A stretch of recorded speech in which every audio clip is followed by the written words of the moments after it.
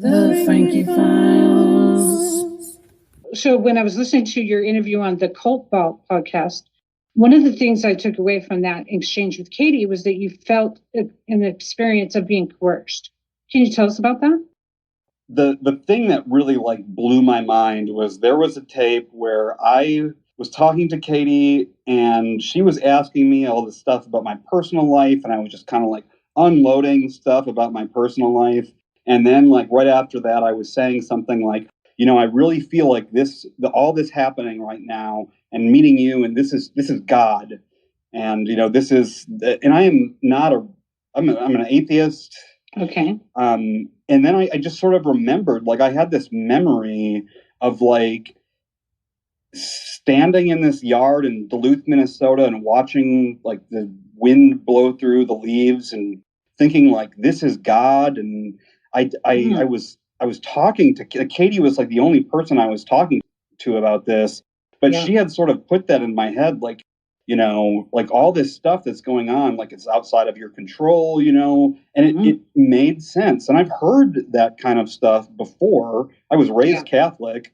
There's a pattern to everything, and there's a path that God is going to send you on. But that was the only time in my life that I really believed that. And then I stopped thinking that when it slowly receded after I stopped talking to Katie. It was a trick. And that definitely really changed the calculus of what I wanted to do, and publishing stuff about this cult and bringing them down. Was that it was me and Katie had a personal relationship. We were friends. We talked about all kinds of stuff.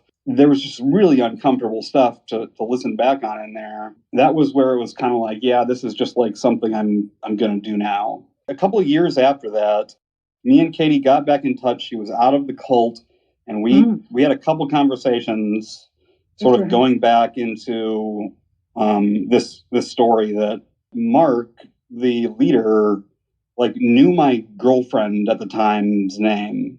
Oh, shoot. From when I was talking to Katie.